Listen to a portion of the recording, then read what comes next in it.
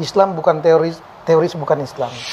Banyak yang mengidentikan bahwasanya cadar bagi yang perempuan, jenggot bagi laki-laki, celana cingkrang bagi laki-laki itu sebagai ciri terorisme. Padahal dari kepolisian, teroris atau bukan itu dilihat bukan dari penampilannya, akan tetapi dilihat daripada pemahamannya. Kalau pemahamannya suka mengkafir-kafirkan Indonesia, selain golongan kita dibunuh, kalau menurut mereka halal darahnya, istilahnya seperti itu, maka ini adalah bibit terorisme. Meskipun dia tidak bercadar bagi yang perempuan, meskipun tidak berjenggot dan celana cingkrang bagi yang laki-laki.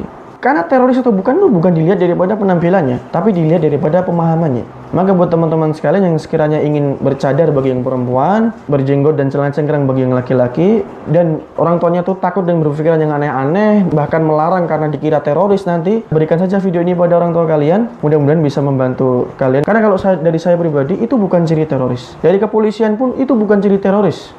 Ya, ciri teroris itu dilihat daripada pemahamannya, bukan penampilannya. Terorisme, radikalisme tidak hanya ada pada agama Islam saja, pada pemeluk agama Islam, bukan pada ajaran agamanya, pada pemeluk agama Islam. Tetapi di agama-agama lain juga ada, di negara-negara lain juga ada. Ada stigma-stigma negatif yang ada di dalam masyarakat kita, seolah-olah yang mempunyai paham itu adalah orang yang berjenggotan, pakai celananya cingkrang. Itu tidak betul. Saya katakan, itu tidak betul. Nah, ini tidak betul sama sekali. Oleh karena itu, yang seperti ini, kenapa harus saya sampaikan? Supaya masyarakat tidak punya stigma yang negatif terhadap yang berjenggotan maupun yang pakai. Jadi tidak bisa kita identifikasi secara fisik. Yang pelaku teroris pakai jin, pakai kaos, sebagaimana layaknya yang lain.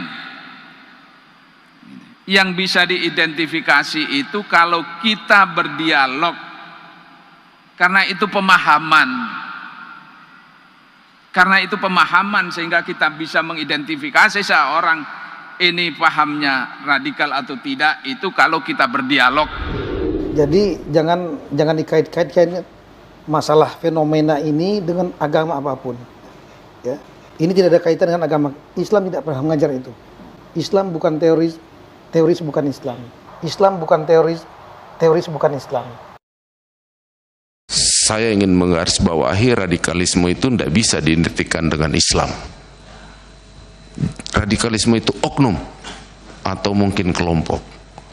Jadi kalau siap itu tidak bisa bilang bahwa dengan radikalisme itu lalu kita membawa atribut atau simbol agama. Itu saya pikir tidak tepat. Dan ini harus kita kampanyekan kepada seluruh anggota, seluruh masyarakat bahwa itu adalah oknum.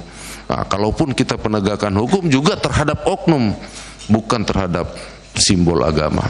Seperti itu, Bib. Mungkin siap.